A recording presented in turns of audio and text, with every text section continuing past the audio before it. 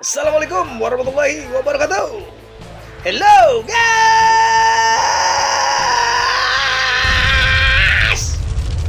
Biha Baritana. Horas bah maju jua.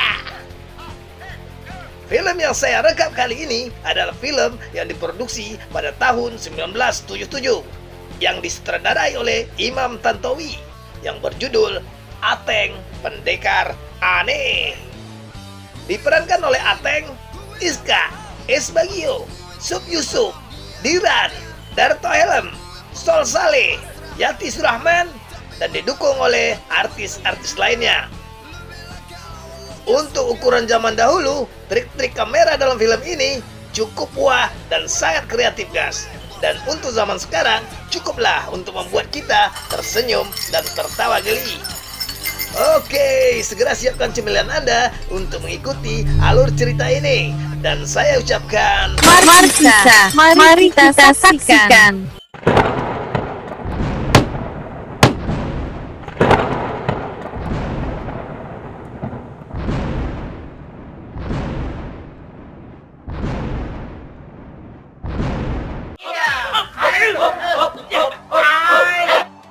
di sebuah perguruan bernama Kuntul Putih yang dipimpin oleh seorang suhu yang bernama Sekarwangi meminta seorang muridnya bernama Ateng untuk melakukan semedi agar bisa menyempurnakan ilmu kanuragannya.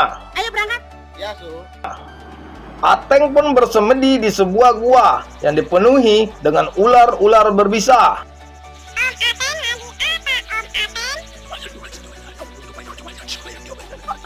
Iska, saudara seperguruan Ateng yang datang ke tempat Ateng bersemedi, melihat dan mentertawakan Ateng yang tengah dikerubuni oleh ular-ular berbisa. Tapi kemudian ular-ular tersebut malah mendatanginya dan membuat Iska lari kalang kabut sampai masuk sumur.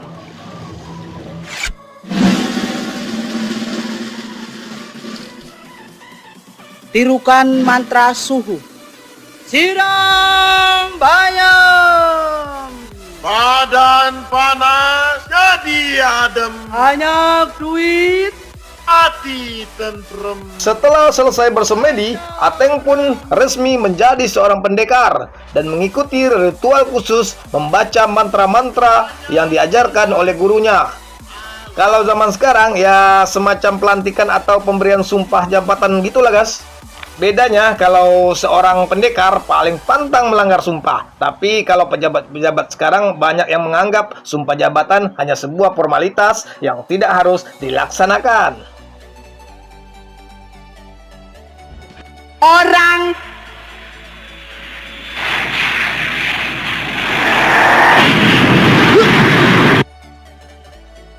lagi lupa diganggu. Orang lagi lupa diganggu. Hus, itu bukan mantra. Di tengah ritual, Suhu Sekarwangi harus menghentikan sebuah pesawat terbang yang mengganggu acara tersebut. Aduh, lupa. Kapal terbang belum dibebaskan.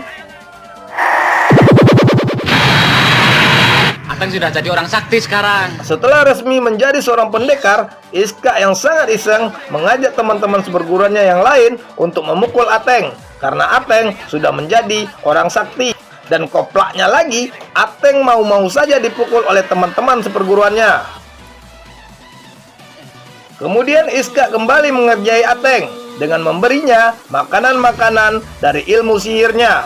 Ya semacam janji-janji kampanye gitulah guys, yang terlihat berisi tapi kosong. Lanjut! Karena kesal dengan Iska, Ateng pun menyihir Iska menjadi seekor kambing. Gurunya yang mengetahui hal tersebut memarahi Ateng karena menggunakan ilmunya secara sembarangan.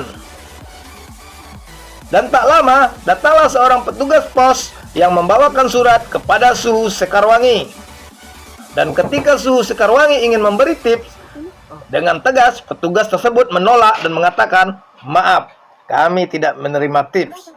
Ternyata telegram atau surat tersebut dari saudara seperguruan Suhu Sekarwangi, yaitu pendekar Gunung Cermai, yang memberitahu kalau bekas murid Sekarwangi yang bernama Anom Subali mulai merampok dan membuat keonaran lagi. Bekas muridmu mulai mengganas lagi. Anom dan gengnya dengan tega merampok dan menakut-nakuti penduduk desa. Mereka merampok sembako, bahkan petai yang menjadi kegemaran Anom. Makanan kesenangannya Pak Anom. Pak, hati-hati tak. Thank you. Di Padepokan Kuntul Putih, Suhu Sekarwangi mengutus Ateng dan Iska untuk menumpas komplotan Anom Subali. Kemudian mereka diberikan senjata pusaka untuk melindungi diri. Ateng diberi sebuah angkin kulit naga dan Iska diberi sebuah seruling tulang Raja Wali. Lalu mereka pun melakukan ritual perpisahan yang turun-temurun dilakukan di padepokan tersebut, yaitu nangis bareng-bareng.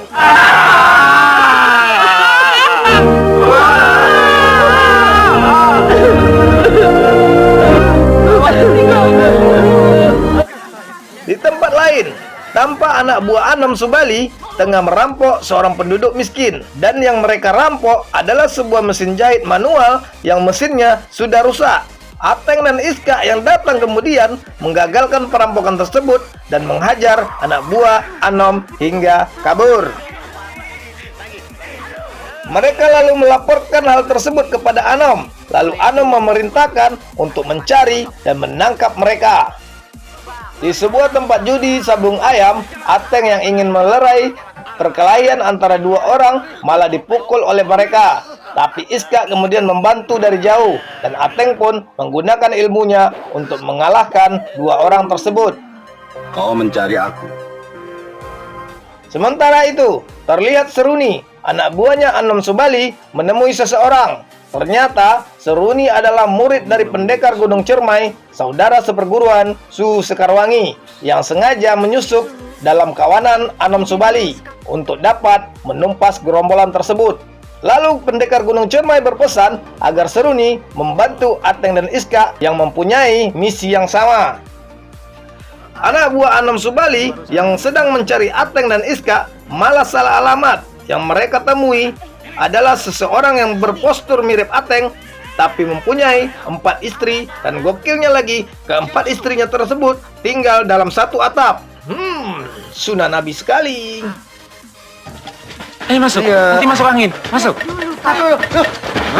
Ini lagi.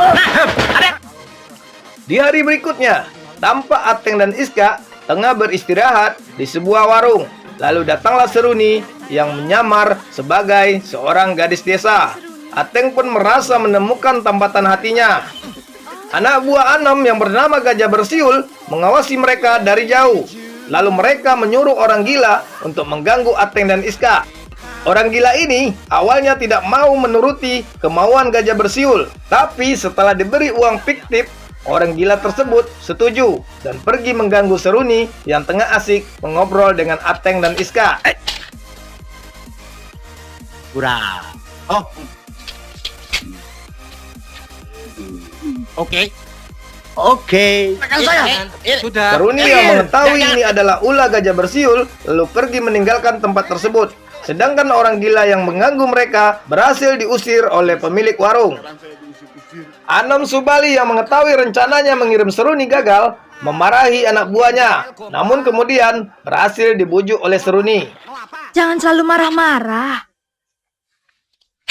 Nanti Mas sakit. Kalau banyak orang, jangan panggil Mas, panggil Pak. Kalau perlu, Pak D. Yuk, sini. Kemudian anak buah Anom berhasil menangkap dan menghajar Ateng dan Iska. Karena sudah terdesak, Ateng pun kemudian menggunakan senjata pusakanya, yaitu angkin kulit naga, yang membuat seluruh badan Gajah Bersiul gatal-gatal. Kemudian Iska yang melihat itu menggunakan seruling Raja Walinya untuk membuat semua berjoget sampai lemas. Mendengar anak buahnya dikalahkan oleh dua senjata sakti tersebut, Anom pun mengutus Seruni untuk mencuri kedua pusaka tersebut yang dibawa oleh Ateng dan Iska. Seruni pun menemui Ateng dan Iska yang sedang makan di sebuah warung. Seruni menceritakan siapa dirinya sebenarnya, lalu melihat angkin kulit naga yang dibawa Ateng. Di saat itu, muncullah Anom dan anak buahnya berusaha untuk meminta angkin dari tangan Seruni, tapi Seruni menolak. Kemudian gajah bersiul yang datang tiba-tiba berhasil merebut angkin dari tangan Seruni. Merasa di atas angin, gajah bersiul kemudian tidak menganggap Anom sebagai pimpinannya. Di saat mereka lengah, Ateng kembali merebut angkin tersebut dan membuat mereka berjoget karena kesaktian angkin tersebut. Ateng, Iska, dan Seruni pun melarikan diri menuju desa Galuh, tempat pamannya Seruni. Sementara Anom CS yang sudah terbebas dari efek angkin kulit naga memutuskan untuk mencari jalan masing-masing dengan gajah bersiul. Mulai sekarang saya menyatakan perang.